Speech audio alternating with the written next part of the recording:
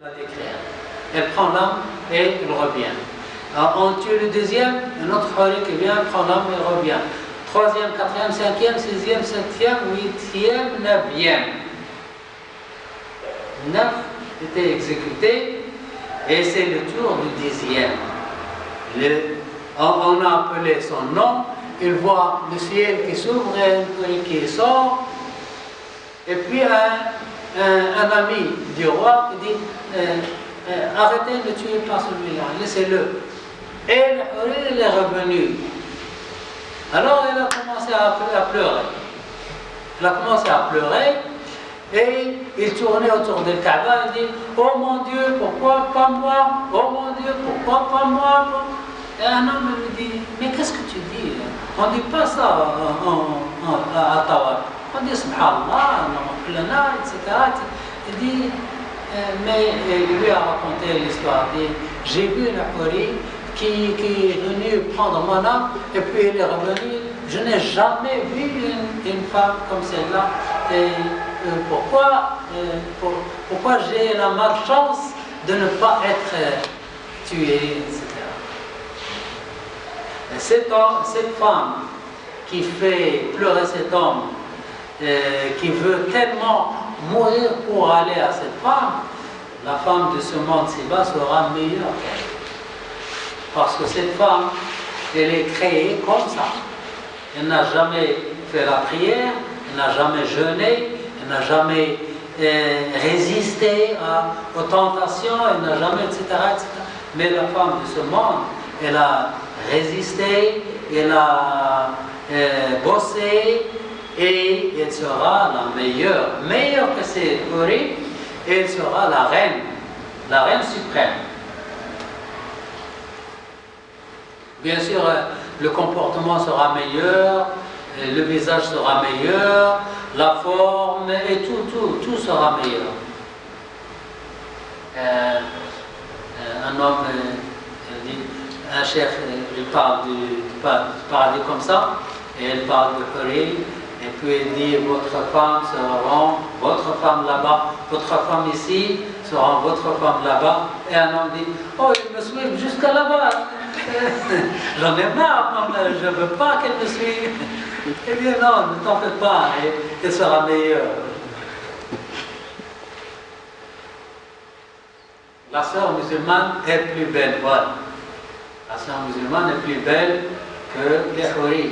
Malgré tout ce qui est dit sur la beauté des houri, la sœur musulmane est meilleure qu'elle parce qu'elle a accompli les salats, elle a jeûné, elle a obéi à Allah, elle a obéi à son mari, elle a enduré les difficultés de da'wah. Sa beauté est 70 fois meilleure que celle des houri.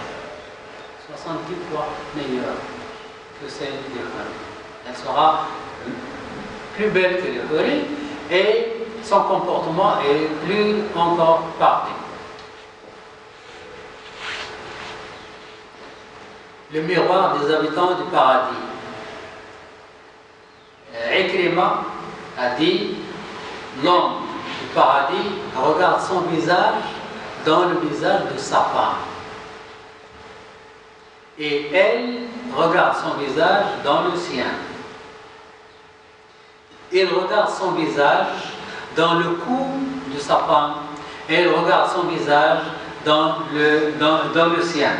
Il regarde son visage dans l'avant-bras de sa femme, et elle regarde son visage dans le sien. Il regarde son visage dans la jambe de sa femme, et elle regarde son visage dans la sienne. Elle porte une robe qui change de couleur 70 fois à l'heure. La robe change de couleur 70 fois à l'heure. Et puis, il dit la houri porte 70 vêtements, 70 costumes, 70 robes, et il voit la moelle dans ses os.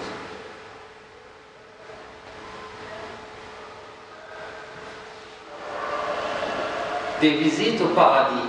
on a dit au prophète, est-ce que les habitants du paradis visitent les uns les autres? Elle a répondu, les supérieurs visitent les inférieurs. Les inférieurs ne visitent pas les supérieurs, sauf ceux qui s'aiment pour l'amour de Dieu. Ils montent les chameaux ailés. Les gens visitent leurs amis et frères sur des lits. Les lits s'envolent, les chevaux s'envolent, les chameaux s'envolent et même les personnes s'envolent. Les gens visitent leurs amis et frères sur des lits, ils se rencontrent et se rappellent le moment quand Allah les a pardonnés. Et disent, le jour tel, endroit tel, nous avons demandé à Allah de nous pardonner, il nous a pardonné. Ils se rappellent les bons moments.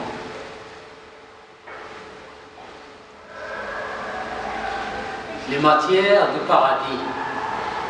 Les compagnons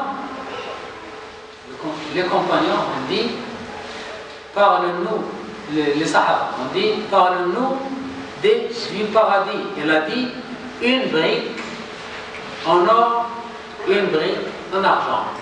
Le plâtre est en meilleure sorte de musc.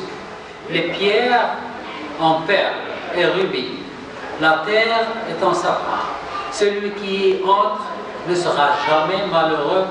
Il vit et ne meurt jamais. Ses vêtements ne seront jamais usés et sa jeunesse ne changera jamais.